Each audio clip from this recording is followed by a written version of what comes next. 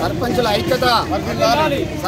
ఐక్యత ఈరోజు ఉమ్మడి కరీంనగర్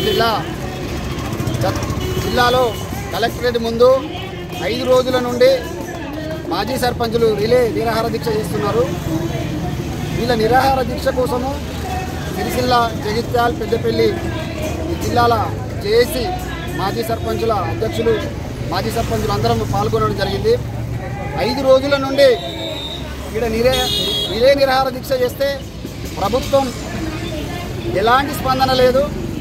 సర్పంచులు అంటే వాళ్ళకొకటి కంట్లో ఉన్న దుమ్ములకని తీసేస్తున్నారు.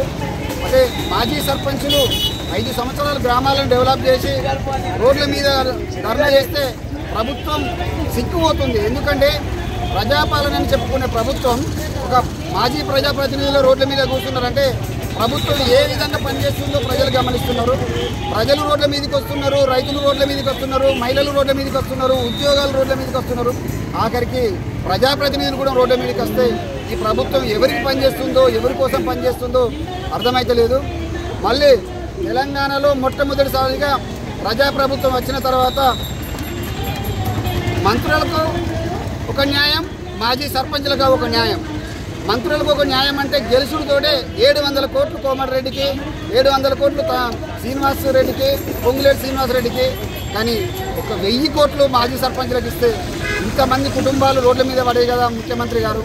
మీరు ఈ ఉమ్మడి జిల్లాలోనే 2 ప్రోగ్రాంలు చేసిరు, సిరిసిల్ల చేసిరు, పెద్దపల్లిని చేసిరు. కానీ ఒక్క మాటన్నా ఇస్తానని మాకు మనోధైర్యం అన్నా, నువ్వు గతంలో ఇస్తానన్న హామీలు ఎగ్గొట్టినట్టు కనీసానికి ఇస్తానని కూడా మా సర్పంచులది మాట ఇస్తలేరు కదా. ఇక్కడ ప్రజాప్రతినిధులు అంటే మీకు కళ్ళకు కనబడతలేరు. ఇంకా ఏ ముఖం పెట్టుకొని మీరు స్థానిక సంస్థలకు పోతా అంటున్నారు. గతంలో చేసి గ్రామాలను డెవలప్ చేసిన పెండింగ్ బిల్లులు చెల్లించిన తర్వాతనే మీరు మళ్ళీ ఎలక్షన్కి పోవాలి. అట్టి పరిస్థితుల్లో మీరు మళ్ళీ ఎలక్షన్ పెట్టినా ఎలక్షన్స్ అడ్డుకుంటాం. మీరు ఇప్పుడు జరిగే అసెంబ్లీ సమావేశాలు వాటిలో మాత్రం ఖచ్చితంగా సర్పంచులది పెండింగ్ బిల్లులది తీర్మానం చేసి మీరు ఖచ్చితంగా మా బిల్లును చెల్లించాలని మేము ఈ సర్పంచుల పక్షాన కొట్లాడుతున్నాం.